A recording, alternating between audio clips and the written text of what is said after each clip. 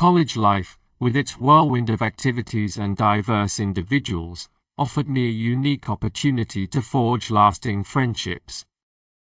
One such profound connection was formed during my sophomore year, a chance meeting that laid the foundation for a cherished friendship. For this nice topic, I would share this experience with you. In the bustling corridors of my college, I encountered Alex, a fellow student whose passion for literature mirrored my own.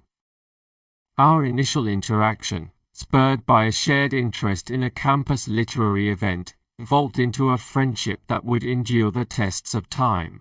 I distinctly remember feeling a sense of kinship, as if our minds resonated on the same wavelength when it came to appreciating the power of words. Our friendship burgeoned as we collaborated on various literary projects and shared countless discussions on our favorite books. Beyond our mutual love for literature, we discovered shared values, aspirations, and a similar sense of humor. Alex's reliability, coupled with a genuine curiosity about the world, transformed what began as a college acquaintance into a meaningful connection. Through the academic challenges, late-night study sessions, and the joys of celebrating shared victories, our friendship solidified.